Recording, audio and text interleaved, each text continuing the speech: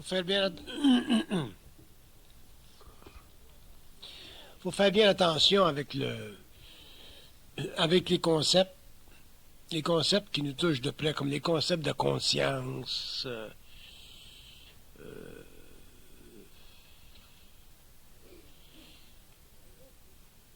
La raison pour laquelle il faut faire attention à ces concepts-là, c'est parce que ce sont des concepts qui sont créés par l'ego.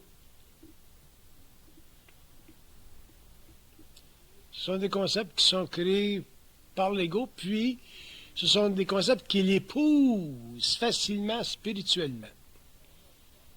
Les grands concepts de vie, l'ego les épouse spirituellement, ces concepts-là. Et sans s'en rendre compte, il en devient avec le temps victime. C'est l'histoire des religions. C'est l'histoire des grandes idées, c'est l'histoire de tout ce qui donne de la signification à notre vie.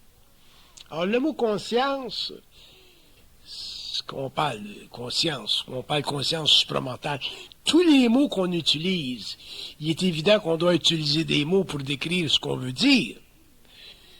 Mais tous les mots qu'on veut dire, tous les concepts qu'on utilise pour décrire des états de conscience ou des états d'être ou des états d'esprit ou des conditions quelconques de l'évolution de l'homme, de l'ego, ou des conditions d'existence, il faut leur faire attention dans ce sens que il ne faut pas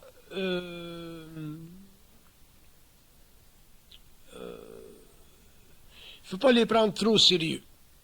Parce que ce sont des concepts.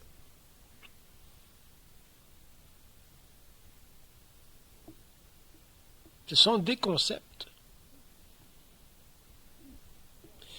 Si je vous dis, moi, bon, je suis un être conscient, bon, mais ça veut dire quoi? En tant que concept, ça veut rien dire. En tant que réalité, c'est une autre chose. Bon, ça veut dire quoi être un être conscient? Bon, dans ma relation avec vous, par exemple, bon, c'est de vous respecter intégralement. Ça fait partie de la conscience, ce qu'on appelle de la conscience. Un homme qui est conscient ou un homme qui a de la conscience respecte l'être. Alors, il y a une traduction. Il y a une traduction du mot conscience en acte.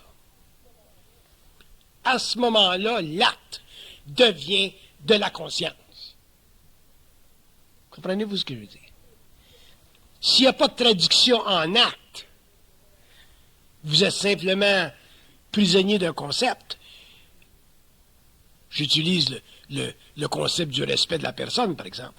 Si vous ne respectez pas l'homme, l'être, vous ne pouvez pas parler de conscience. Parce que dans la conscience, il y a la science de l'homme, il y a la science de la réalité de l'homme, donc il y a la conséquence vis-à-vis l'homme, et cette conséquence, c'est le respect. Le point que je veux faire, c'est que apprenez à vous libérer, à vous exorciser, si vous voulez, du concept de conscience et transposer ce concept de conscience, en acte, en vibration, en actualisation. Sinon, vous êtes simplement des êtres de l'évolution qui sont en train de vivre une expérience particulière qui les confondra, comme l'homme a été confondu pendant l'évolution. Vous ne serez pas différent de l'homme de l'évolution. Vous aurez simplement accédé à un nouveau concept. On parle de conscience. Bernard de Montréal parle de conscience supramentale.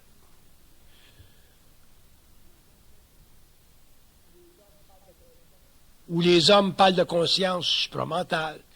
Mais ça veut dire absolument rien, conscience supramentale.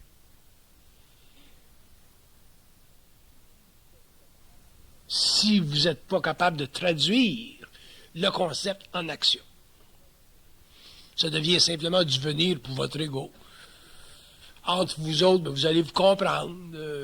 Vous allez avoir des clichés. Vous allez avoir des concepts qui vous conviennent.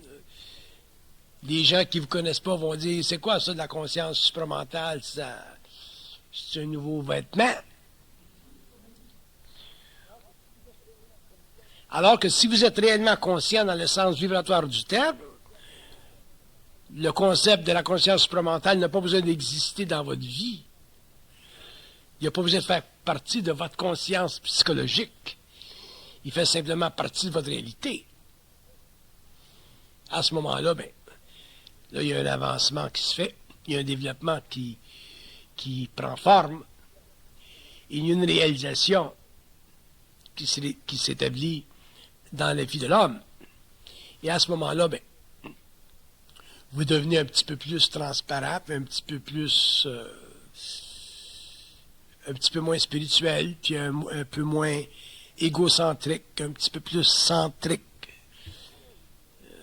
plus respectueux de l'autre dans le sens réel du terme. Donc, vous accédez à quoi? Vous accédez à ce que j'appelle de l'amour mental. Parce qu'un homme qui a une conscience mentale, donc qui peut exprimer un amour mental, comment il l'exprime, cet amour mental-là? Il l'exprime par le respect. Mais qu'est-ce que c'est le respect de l'autre? Le respect de la personne, c'est très subtil. Le respect de la personne, c'est la capacité d'une conscience à établir par rapport à une autre conscience un plan relationnel qui permet aux deux de s'équivaloir.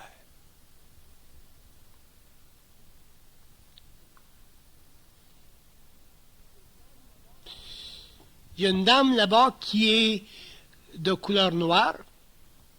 Moi, je suis de couleur blanche. Si j'ai une conscience créative, je dois être capable d'avoir avec cette dame une relation qui est totalement égalitaire à tous les niveaux. Le respect intégral de sa personne.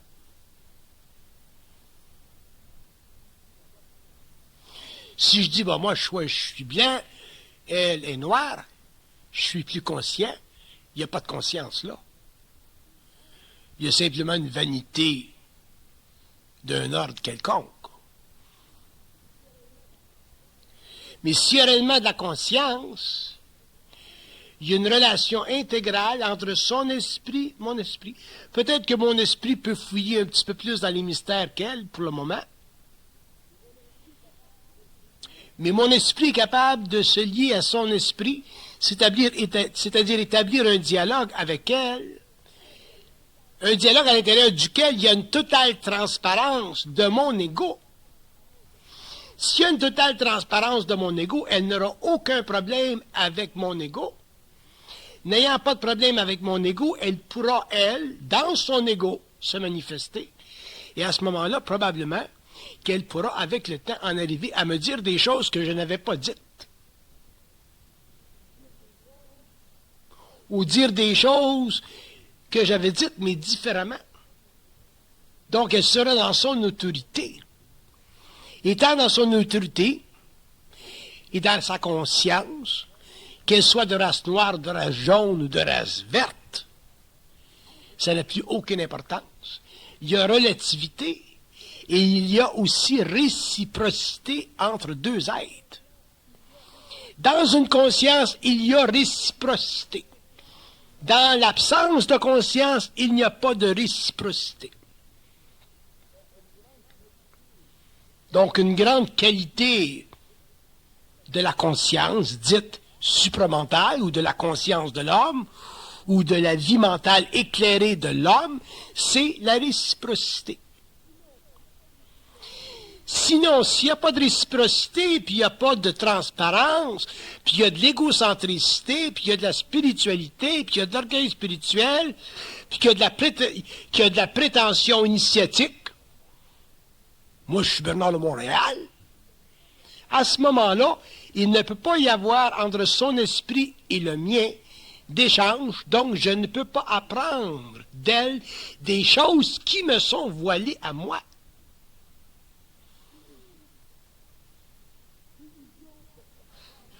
L'illusion que peut avoir un être, je ne dis pas un être conscient, l'illusion que peut avoir un être, c'est de s'imaginer qu'un autre ne peut pas lui apporter de la lumière.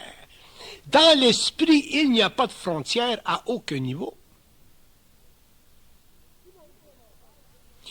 Et si mon état mental me permet à ce moment-là de dialoguer avec elle, dans une conscience totalement créative, libre de ses contraintes sociologiques ou physiques,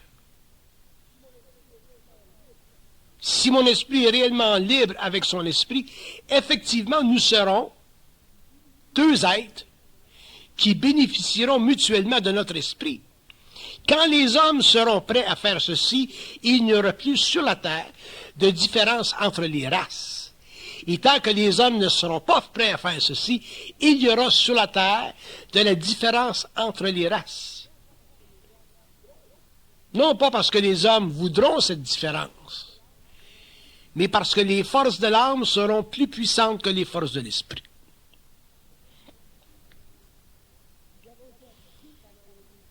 Nous avons été habitués pendant l'évolution, pendant des siècles d'adaptation, sur le plan de la civilisation, sur le plan des États, sur le plan des nations, sur le plan des tribus, nous avons été habitués à vouloir conquérir les autres.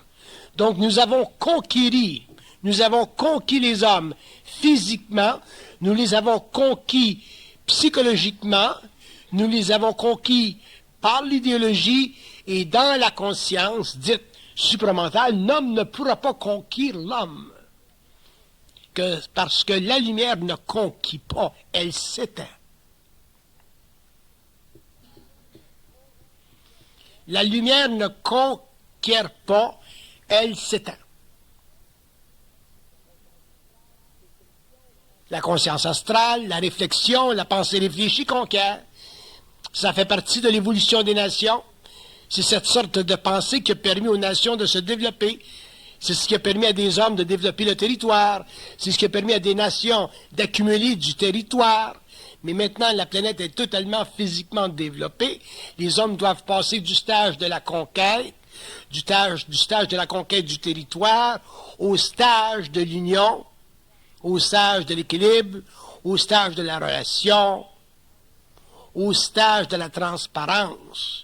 Et nous voyons déjà sur le plan matériel aujourd'hui un mouvement dans cette direction en ce qui concerne les systèmes de télécommunication, les systèmes d'information. Si on avait eu la communication, les systèmes d'information ou en 1939 qu'on a aujourd'hui, le mouvement hitlérien n'aurait pas pris place en Europe.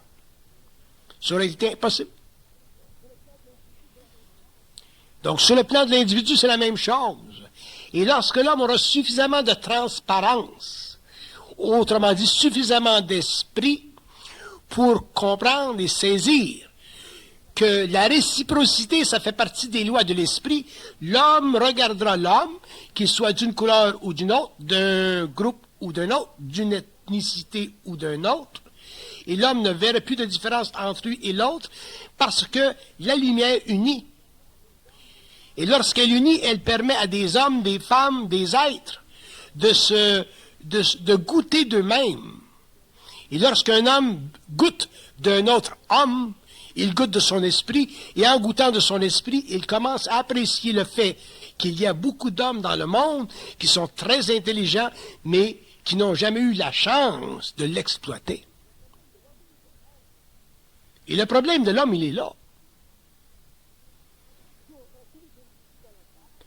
Si on prend tous les individus dans la salle, il n'y en a pas un parmi vous qui ne se croit pas intelligent, mais plusieurs parmi vous savent qu'ils n'ont pas eu la chance de l'exploiter, c'est-à-dire n'ont pas eu le privilège de traiter avec des êtres conscients qui leur auraient permis d'exploiter leur intelligence. Donc, le problème de l'homme sur le plan de l'intelligence, il se réduit simplement à une territorialité qui nous a envahis pendant des générations et qui nous a jamais laissé ou permis d'être libres et de réaliser que nous, éduqués ou non, blancs, jaunes ou noirs, nous sommes intelligents. Et le problème de l'humanité, il se situe là. Et une fois que ce problème sera exposé, éliminé, et que l'homme sera rendu libre des contraintes psychologiques de son ego qui lui ont été imposées à cause de sa race ou à cause de son ethnicité, l'homme pourra finalement grandir, dire, parler, écrire et finalement révéler aux autres les choses qu'il connaît, qu'il sait par vibration. Donc chaque être a un rôle, probablement que les hommes sur la Terre, sur une planète aussi expérimentale que la nôtre, les hommes ont beaucoup de choses à révéler à l'homme, mais peu de choses sont révélées parce que les hommes ne donnent pas la chance à l'homme de parler. Donc l'homme un jour sera obligé de prendre sur lui-même le rôle, la fonction de parler, et lorsque les hommes seront prêts à le faire, lorsque les hommes auront la force de le faire, les hommes diront des choses qui n'ont jamais été dites, et à ce moment-là, l'information viendra dans le monde à un autre niveau, ce sera une autre vague qui ne pourra plus jamais être empêchée. Et ce sera la fin de l'ignorance, ce sera la fin du non-dit, ce sera la fin de la tendance de l'ego de réfléchir sur les mystères. L'homme sera conscient, l'homme accédera aux mystères, parce que les mystères n'existent pas. Quand la conscience est enracinée dans la source de son mouvement, c'est-à-dire dans la lumière de l'ego. Donc à ce moment-là, on rencontrera des gens de tous les coins du monde, et on pourra parler avec eux, et on dira, ah, c'est intéressant, ce que vous dites, c'est ça, ce que vous dites, c'est ça, et c'est la seule chose qui devrait sortir de la bouche de l'homme. Ce que tu dis, c'est ça. Quand les hommes pourront dire aux hommes, ce que tu dis, c'est ça, c'est parce que déjà d'autres hommes auront compris qu'ils sont en autorité, et finalement, cette autorité, qui sera multipliée à plusieurs millions d'exemplaires, fera partie d'une nouvelle genèse, d'une nouvelle conscience, d'une nouvelle Bible, d'une nouvelle science et d'un nouveau pouvoir sur la terre de s'instruire par soi. Peut-être que ça prendra des années, des siècles. Ça fait partie de l'évolution. Ça ne concerne pas l'homme en tant que mortel, ça concerne le plan de vie de la planète Terre. Mais en attendant, l'homme doit fonctionner.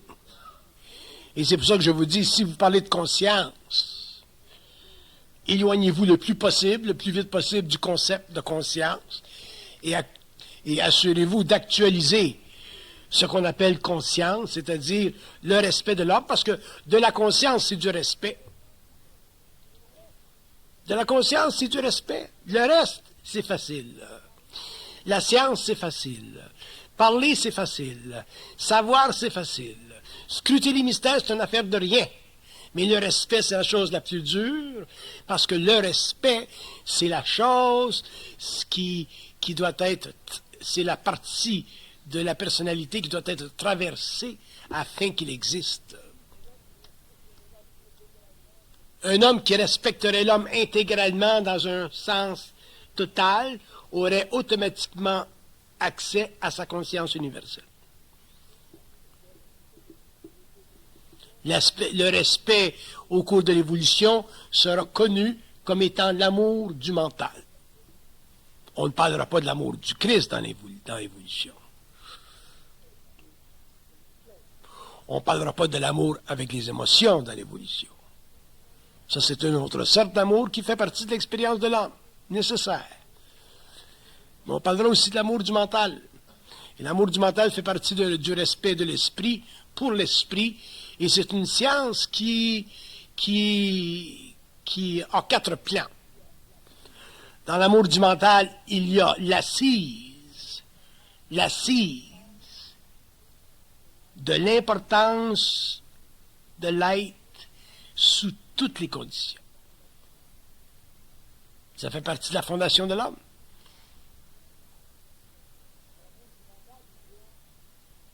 Dans l'amour du mental, il y a la conscience que l'être, sa réalité, ne doit jamais être dévaluée. Elle doit être élevée, et élevée, et élevée.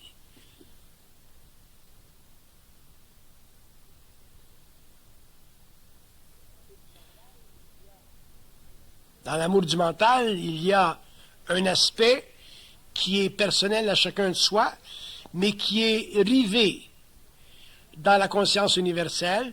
Et cet aspect-là, c'est un aspect qui permet à l'ego de réaliser qu'un autre ego est exactement comme lui. Que vous soyez une femme, que vous soyez un homme. Si vous ne pouvez pas réaliser, si vous êtes un homme, et que vous ne pouvez pas réaliser que l'ego de la femme est exactement comme le vôtre, et que la femme ne peut pas réaliser que son ego est exactement comme celui de l'homme, vous ne pouvez pas comprendre la femme, et la femme ne peut pas comprendre l'homme. Et c'est le problème de l'involution. Je parle d'un ego transparent chez un et chez l'autre. Une femme qui a un ego transparent et un homme qui a un ego transparent ont exactement le même pouls d'esprit, la même pulsion d'esprit. Je suis en train de... Il y a un livre qui présentement est en train de s'écrire sur la femme. Et le mystère de la femme sera expliqué, révélé à l'homme pour que l'homme finalement comprenne que la femme est un être totalement différent de lui, mais exactement pareil. Totalement différent dans sa fonction, mais pareil dans son esprit. Et tant que l'homme ne pourra pas comprendre ceci, il ne pourra pas épouser la femme en esprit, il ne pourra que l'épouser en tant que corps matériel ou en tant qu'élément lui produisant une pulsion forte sur le plan de l'âme, et de cette pulsion, il vivra l'amour, et de l'amour, il connaîtra la souffrance. C'est inévitable. C'est inévitable. Donc, pour qu'il n'y ait pas de souffrance entre l'homme et la femme, il faut que l'homme et la femme comprennent que l'un et l'autre, en esprit, sont les mêmes, et que seulement sur le plan de l'âme sont-ils particuliers, et que sur le plan de l'ego transparent, ils n'ont aucun reproche à se faire. Si vous n'êtes pas capable de comprendre que vous n'avez pas de reproche à faire à la femme et que la femme n'a pas de reproche à faire à l'homme, vous ne connaissez pas la fonction de l'homme et de la femme sur la terre. Et ne connaissant pas ces fonctions, comment voulez-vous être heureux avec un et l'autre? D'où le karma de la femme et le karma de l'homme.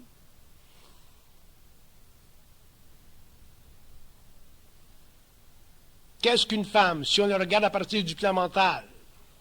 On dit que la femme est un être qui a le besoin d'être parfaitement équilibré dans son énergie par un mouvement de réciprocité.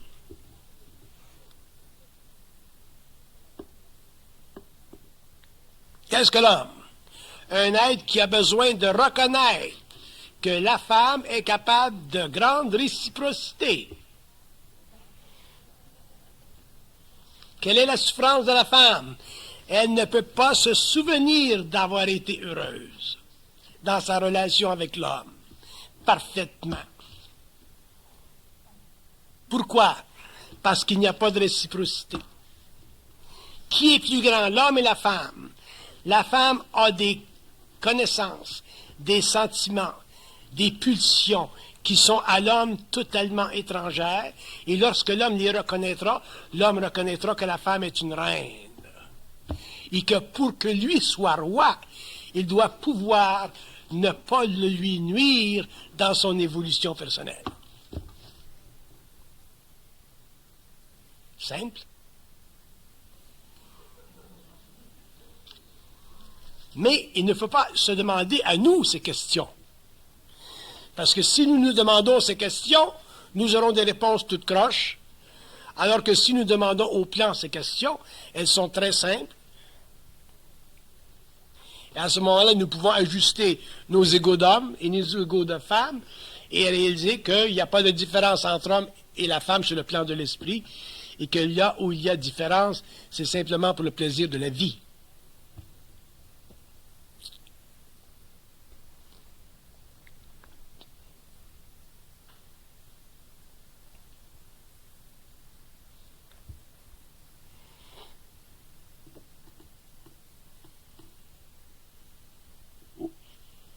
Vous avez des questions? Je continue. Alors, quand je disais que c'est important pour nous de ne pas se préoccuper du concept de la conscience et de réaliser que la conscience, sa manifestation la plus propre, la plus régulière, la plus belle, la plus grande, la plus véritable, c'est le respect de l'autre. Apportez le respect de votre respect de la femme dans votre relation, ou apportez le respect de l'homme dans la relation entre la femme et lui, vous venez de résoudre le problème du couple. Et ça, c'est vibratoire. Vous pouvez penser que vous respectez votre femme ou que votre femme respecte son mari, mais vous ne faites que le penser. C'est pas rendu en acte. Alors, qu'est-ce que c'est en acte? Quand est-ce que l'acte devient la mesure de tout équilibre entre un homme et une femme? Et la réponse est simple. C'est lorsque ni l'un ni l'autre ne voit l'autre d'un mauvais œil. Ce qui est un tour de force dans un couple humain.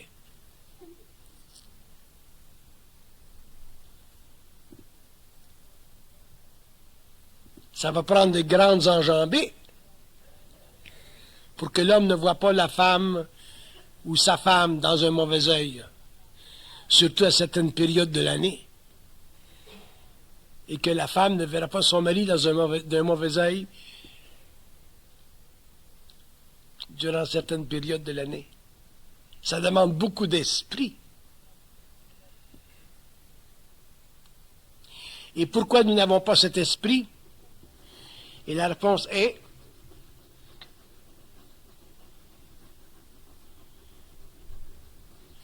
parce que vous croyez trop avoir raison dans votre couple. Vous voulez toujours avoir raison sur l'autre. Vous ne pouvez pas avoir raison sur l'autre, puisque les conditions qui vous amènent à avoir raison sur l'autre sont fabriquées par votre ego. Elles ne sont pas réelles. On me dit que la femme est moins incarnée que l'homme, raison pour laquelle elle est plus sensible, plus intuitive, elle est plus près de la mort que l'homme, l'homme est plus dans la matière. Mais c'est cette qualité de son âme, c'est cette qualité de son état qui permet à la femme d'exhuber cette nature extraordinaire qui nous éblouit quand nous avons 18 ans, mais qui nous chatouille à 40.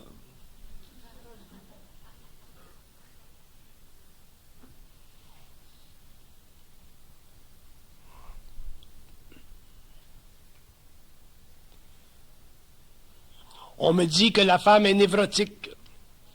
Pourquoi elle est névrotique? Et la réponse est, on ne lui a jamais permis d'être elle-même. Elle a toujours été confinée, empêchée de. Faites l'étude de l'histoire de la femme, l'étude historique de l'histoire de la femme. Vous allez voir que même aujourd'hui, à la fin du 20e siècle, la femme a beaucoup de difficultés d'être elle-même dans un monde qui est techniquement contrôlé par l'homme. Que ce soit ainsi en société, mais que ce soit comme ceci dans votre couple, ce n'est pas bien.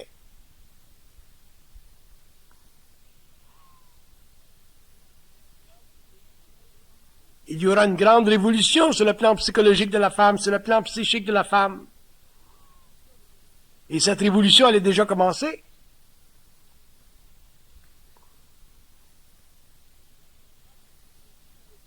Et lorsque la femme deviendra libre dans sa conscience mentale, dans son mental, lorsqu'elle sera puissante en esprit, l'homme n'aura sur elle aucun pouvoir. Mais s'il est conscient, il aura avec elle une relation parfaite, c'est-à-dire il aura un plaisir de vivre qu'il n'a jamais connu pendant l'évolution. Et l'amour n'existera plus tel que nous l'avons connu. Ce sera une autre sorte d'amour. Un amour où le respect est intégral et où la femme, elle est aussi grande que l'homme. Et de cette condition, elle pourra sauvegarder sa beauté physique un peu plus longtemps. Et lorsqu'elle perdra sa beauté physique à cause de la vieillesse, son visage se transformera et elle deviendra tellement illuminée que même avec les rides, elle sera l'expression d'une grande clarté.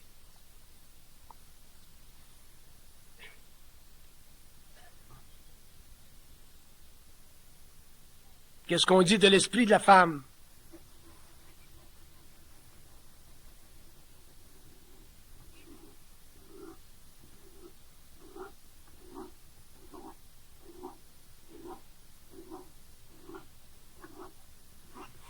La femme est un esprit qui se connaîtra lorsqu'elle aura appris à se libérer dans ses émotions de l'homme.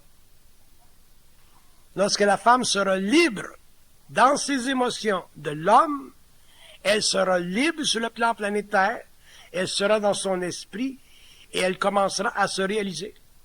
Mais tant que l'homme sera prisonnière de l'homme sur le plan de ses émotions, elle ne pourra pas réaliser qu'elle est en lien contractuel karmique.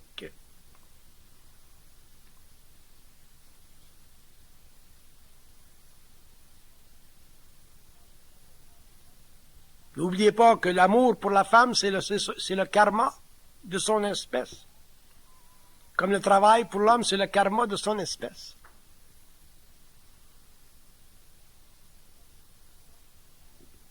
Un homme qui a un bon job, où ça va bien sur le job, il est bien. Une femme qui est heureuse dans l'amour, elle est bien.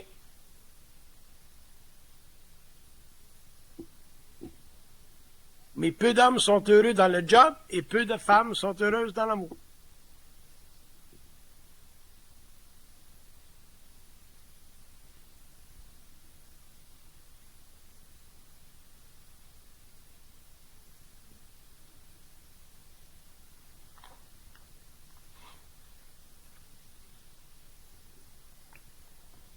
Pourquoi l'amour est si important pour la femme? Parce qu'on dit que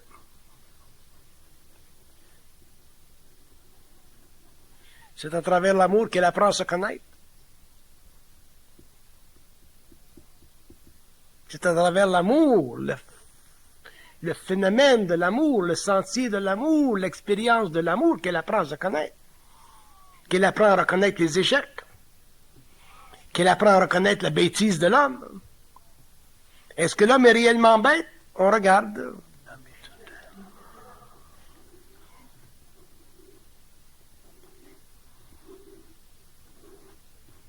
Ils disent que l'homme est totalement abruti.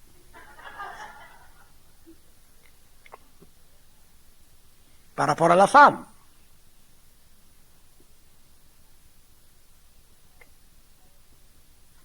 Il parle en général.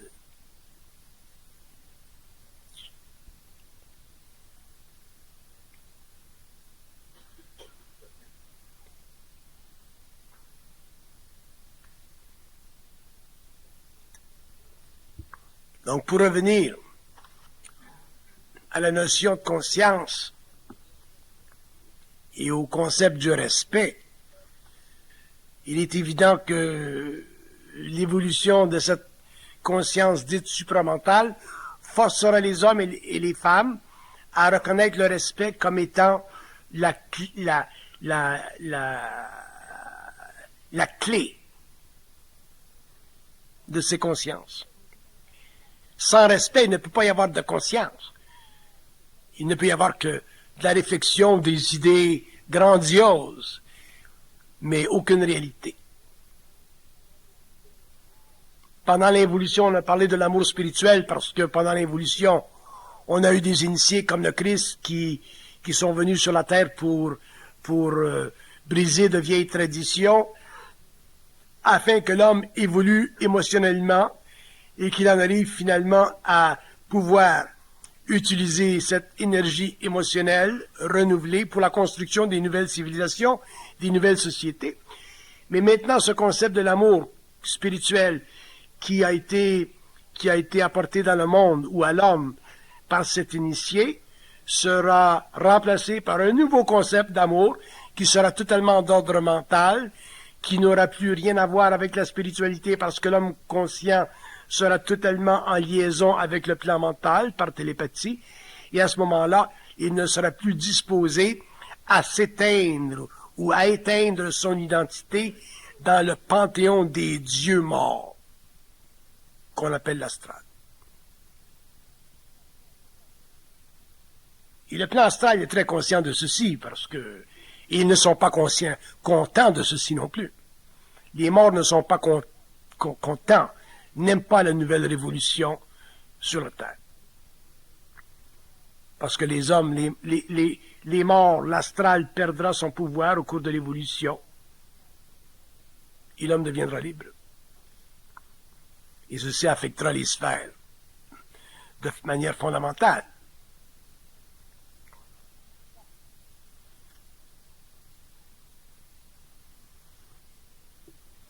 Si vous ne reconnaissez pas la nature foncière du respect dans vos relations avec des êtres chers, vous ne pouvez pas comprendre le lien qui puisse exister entre vous et ces êtres-là dans le cadre d'une conscience.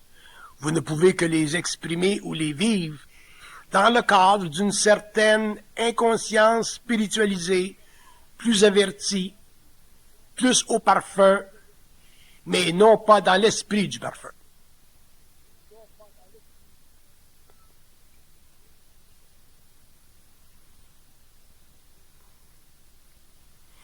Et j'invite la femme moderne, la femme en évolution de conscience,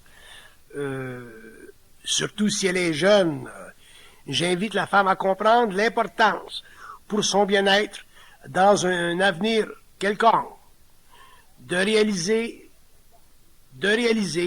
qu'elle doit être de plus en plus matériellement indépendante de l'homme. Une femme qui n'est pas indépendante de l'homme matériellement devient assujettie à lui. Elle peut même être victime de lui à long terme parce qu'elle a de besoin pour vivre son support. Donc la femme doit s'éduquer, la femme doit travailler à apprendre les arcanes de la finance qui ont été par le passé le domaine du mal, le domaine de l'homme. La femme doit se protéger, étudier la science des argents, la science des monnaies, qui devient aujourd'hui plus facile parce que elle est plus répandue, pour qu'un jour elle soit libre, matériellement libre dans la matière. Et pour que son échange avec l'homme soit un échange sur le plan de l'esprit et non pas un contrat socialement ardu causé par des conditions évolutives qui la défavorisent. Très important.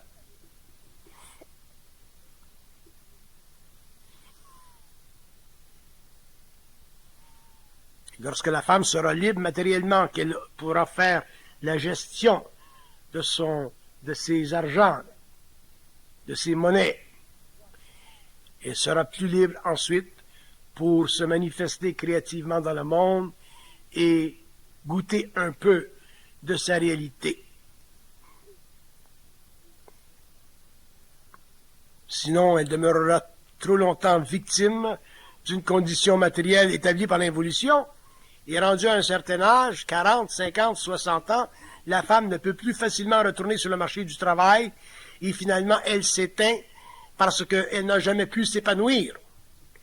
Il y a trop d'intelligence chez la femme pour que cette énergie demeure cachée, voilée, encapsulée et sans potentiel.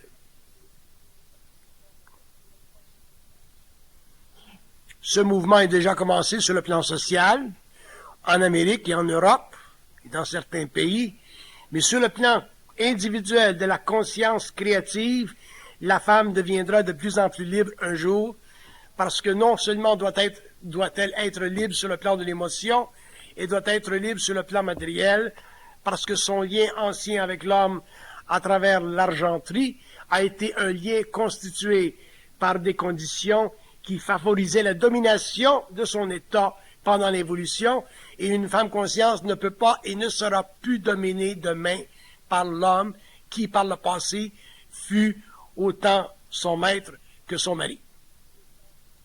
C'est une loi de l'évolution. Ce n'est pas une dictée philosophique que je vous transmets. Ça fait partie des lois de l'évolution. C'est ce qui se passera sur le plan de la conscience individualisée de la femme.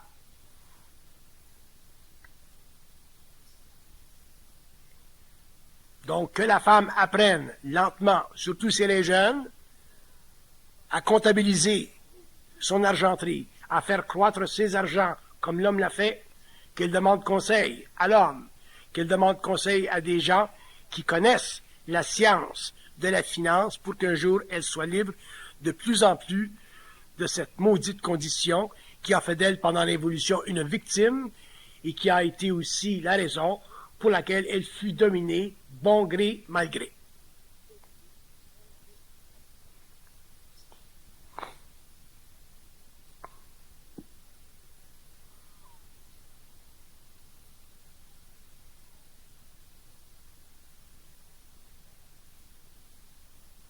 Je ne sais pas ce qui sera touché dans le livre parce que je ne connais pas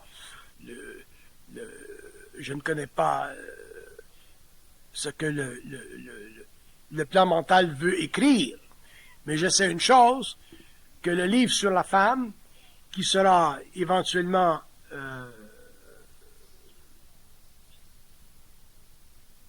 transmis, édité, nous permettra de voir la femme de tout nouvel angle. Tout nouvel angle.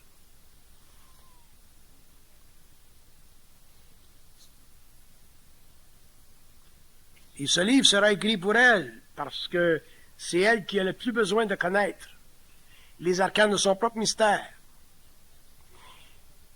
Et une fois que la femme aura compris le livre, qu'elle aura regardé le livre, qu'elle aura lu, et qu'elle se sera étudiée elle-même, et qu'elle commencera à prendre valeur de sa propre réalité, l'homme sera obligé de se tasser, de prendre son espace et de traiter avec elle comme un être réel, un être en puissance et un être avec lequel on ne peut plus jouer.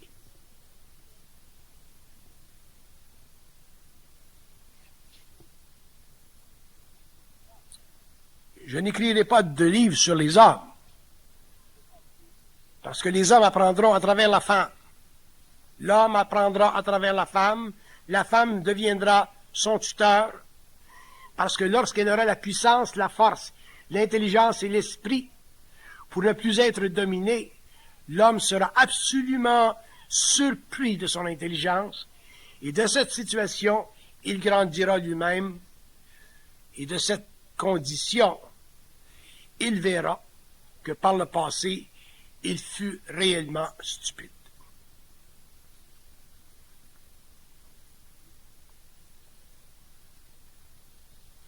Qu'est-ce qu'on dit par stupide? Voilà ce qu'ils disent. Un homme stupide, c'est un homme qui ne peut pas reconnaître la grandeur de la femme, la beauté de sa sensibilité, et que la femme est essentiellement un être spirituel, c'est-à-dire un être qui, de par nature,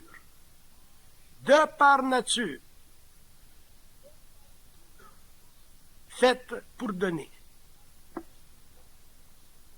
Donc la femme, c'est un être qui, de par nature, est faite pour donner. Elle donne à tous les niveaux. Et l'homme, pendant des siècles, l'a exploité. Et pour cette raison, la femme sur la terre est l'être qui a vécu et subi le plus grand des karmas. Et c'est pourquoi la femme, demain, la femme consciente, sera tellement libre à tous les niveaux que l'homme ne pourra plus lui imposer aucune de ses volontés. Et lorsque ce temps sera venu, la fin du karma de l'amour pour la femme sera établie et l'homme commencera à travailler dans une atmosphère plus libre, alors qu'elle, en tant qu'être, aura fidèlement dépassé et éliminé ses craintes de ne pas être aimée, parce que finalement, elle aura appris à s'aimer elle-même. C'est fini pour ce soir.